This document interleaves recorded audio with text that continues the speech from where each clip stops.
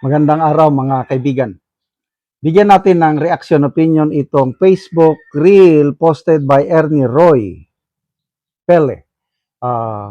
Pahayag ito ni Senator Alan Peter Cayetano. Sinasabi niya yung usapan nila ni Director Matibag ng NBI hindi sinusunod. Yung pumayag si Senator Cayetano na yung 10 NBI na isyuhan ng contempt order, pumayag na kunin ng NBI. In exchange is isasubmit yung ICC warrant of arrest ni Senator Bato. Eh up to now, wala pa atang na isasubmit. Marami silang napag-usapan, Senate President, NBI Director, hindi nasusunod ng NBI Director. Yun ang sinasabi niya dito. Kinausap, inimbit ako sa opisina ko, sabi ko pwede pa siya magsama, pero pinili niyang mag-isang pumunta sa office. We had a number of senators there, and sinabi po ni NBI Director, he will follow the Senate and he will not arrest sa loob ng Senado. We told him to submit the warrant para makita namin. Sabi niya nung Lunes, Tuesday niya isasubmit kasama ang sulat. Pinayagan namin iuwi niya yung 10 operatiba niya, agents niya, with the condition na ibibigay niya yung spot report. Hanggang kahapon po, hindi binibigay. Ang alam ko hanggang today, hindi binibigay. Pangatlo po, sabi niya, hindi siya kikilos, hindi niya pakikilusin ng NBI nang walang coordination sa amin. Wednesday morning pa lang po, may reports na po kami na naglalabas-pasok po ang mga NBI agents. Naka-alert na po kami ng Wednesday. Pagdating po ng hapon ng Wednesday, paulit-ulit sinasabi po sa akin na meron pong NBI agents na naka-full tactical gear. Ibig sabihin po, naka-uniforme, may vest, may mahabang armas na nasa GSIS. Nagbigay ng contact person si NBI Director Matibag. Tinawagan namin yon. At sinabi niya, pinapaabot ni Director, walang NBI sa Senate, walang NBI sa GSIS. Nung hapon, umakyat sa akin si General Mau at nagsabi po sa akin na may nangyayari sa mga pinto at yung GSIS ay nagsasara ng mga pinto at nagsasabing kahit senador po ang dadaan doon ay kailangan inspeksyonin. Sabi ko kay General Mau, paki-anyaya sa head ng GSIS, administrator yung nagamit niya noon, I think he meant GM. Sabi ko, I'm willing to talk to him very calmly, please call him. The next thing I knew, meron na daw mga armado doon, I asked them to call NBI ulit. Sinabi na naman nila na wala, samantalang kitang-kita na ng mga nakasuot ng NBI. The next thing we knew, may mga putukan na at akala po namin yan ay mga fireworks, nagpuputukan na pala po sa baba. Still, they were denying that NBI yon.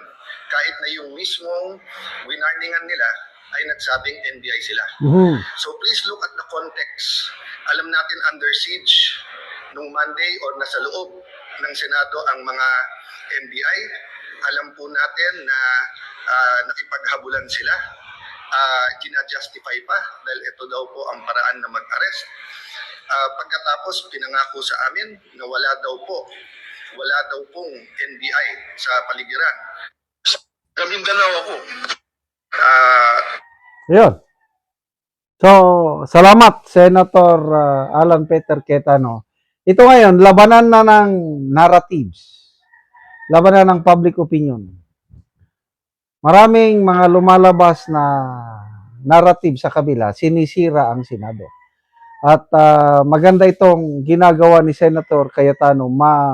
Masipag siya na nagpe-Facebook live, pati yung kapatid niya, Senator Pia, nagpapaliwanag. Kaya ko, mas naiintindihan ko ang nangyari. Kasi, hindi lang iisa ang nagbibigay ng narrative. Both sides, nagbibigay ng pangyayari. Kaya, bahala na tayo mamili.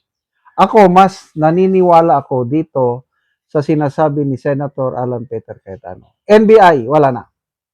Grabing kabaliktaran ang sinasabi. Yung dinideny na wala silang tauhan sa GSIS. Kitang-kita sa mga video. Ngayong age of social media, hindi mo na talaga maitago ngayon dahil halos lahat ng tao may cellphone. Kung may nakita, i-video na ganyan, i-post sa social media, kakalat na yun. Paano ka ngayon makadeny? Kaya it's really a battle of narrative.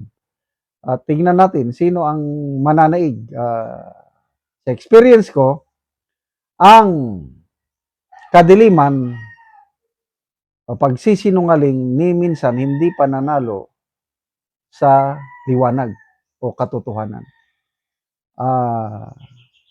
May nakalagay po sa Bible, the father of all liars is the devil himself. Dahil since from the beginning, nagsisinungaling na ang demonyo or ang satanas. So,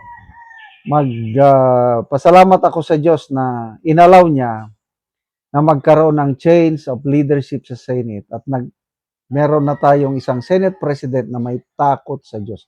If I will describe this Senate President in one phrase is God-fearing man. That is Senator Alan Peter Cayetano. Kaya ito na. Sana tuloy-tuloy na itong pamumuno niya.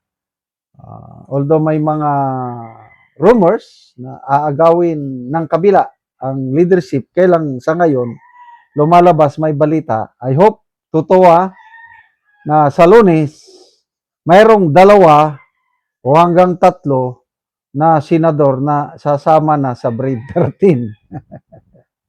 At ako, naniniwala ko dyan. Kasi ang direksyon ng new Senate leadership is ituloy na ang investigasyon doon sa flood control scam.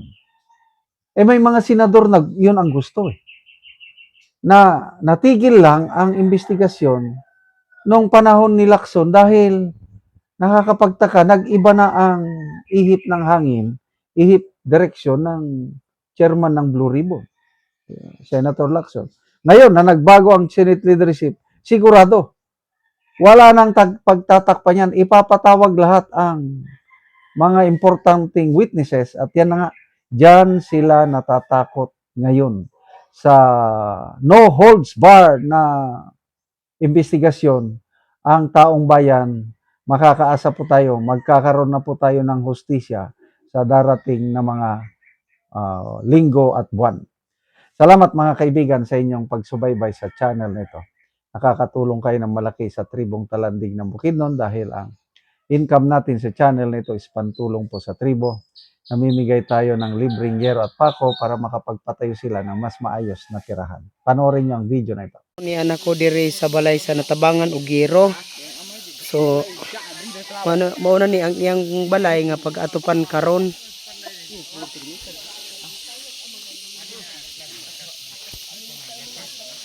So mao na ni ang iyang pag-atupan. So daan na di ini gisalugan og gidingdingan. Ug mao na ni ang iro nga among gihatag nga ilang i-atop karon.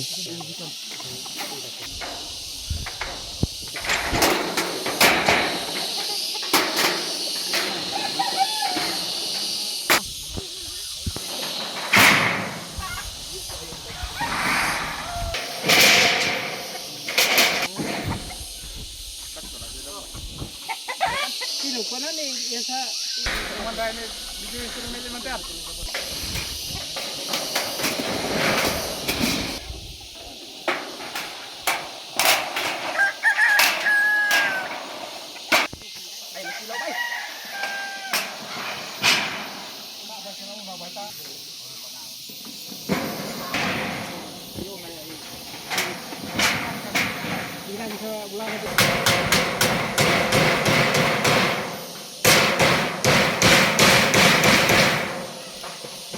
Magkaroon naman na gyud sa pag-atop ang ginatabang nga hero, so makita nato nga nag-atop na gyud ang natabangan ani.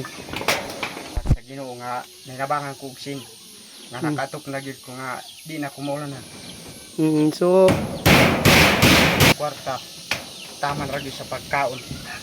Mm. So taman ra sa pagkaon ang inyong kwarta nga mamusuhan. Magud kayo nga nakaatong ra gyud ko. So salamat kayo.